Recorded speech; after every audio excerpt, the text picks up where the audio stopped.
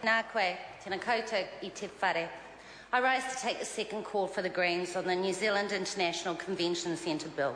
It's no secret that we've been opposed to this bill since we first uncovered the dodgy dealings that has resulted in the legislation we're discussing today. The Greens have a proud history of opposing mining on Schedule 4 land, opposing deep-sea oil drilling, opposing fracking, and we oppose this deal because it favours another nasty extraction industry, one that hoovers money out of the pockets from those who can least afford it. And just like the worst frackers, it leaves a hell of a mess. And we all live with the consequences, and we all bear the costs. And what are the costs? Well, we don't know. We have some clues. The regulatory impact statement says that there will be increased problem gambling from the 230 extra pokies and more tables. There will be increased risk of suicide and domestic violence. There will be more kids going hungry and kids being neglected and left in cars. We know that there will be increased crime as a result of increased gambling opportunities. We know there will be more thefts from businesses and charities to fuel gambling. We know there will be more gangs, more pea dealers, and even some international criminals laundering their money at the extended casino. In terms of cost-benefit analysis, that really hasn't been done. The government keeps stating there will be jobs, there will be benefits to the economy, but actually the losses, the social harms that we will all pay for have not been factored into the equation. I ask the government, do the maths. I query the overstated economic benefits.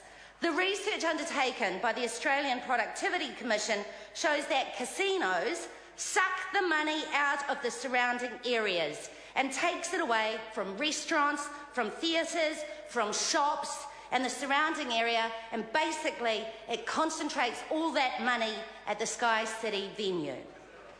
Now, yesterday, I went to a talk by Dr. Robert Wade from the London School of Economics. He was talking about inequality. He showed a graph representing the ever-widening income gap between the very rich and the very poor, and showed how most of the wealth in Anglo countries are concentrated with the wealthy. Here, the top 1% income earners own 16% of New Zealand's total wealth, compared to the bottom 50% who own just 5%. He explains how this comes about by the policy directions that governments take which ensure wealth stays with the wealthy. And he talked about the money empathy gap, that those who benefit from the government policy directions, who have lots of money, develop less empathy for those without money, considering those on low incomes even as feckless. He also talked about the need to get rid of the big money from the political system. Stop political parties taking donations from big businesses. Does this sound familiar? This legislation illustrates very, very clearly everything he said. We have a deal on the table here that will deliver a convention centre in Auckland, and it will increase inequality in Aotearoa, New Zealand. We don't have to do this deal. We really don't. If we really need a convention centre, publicly funding this would cost in the vicinity of $20 million per year over 35 years. That equates to less than $10 per year per taxpayer. We would own that convention centre. We would control that convention centre, and we would avoid the increased social harm that will certainly come with it under the Sky City arrangement.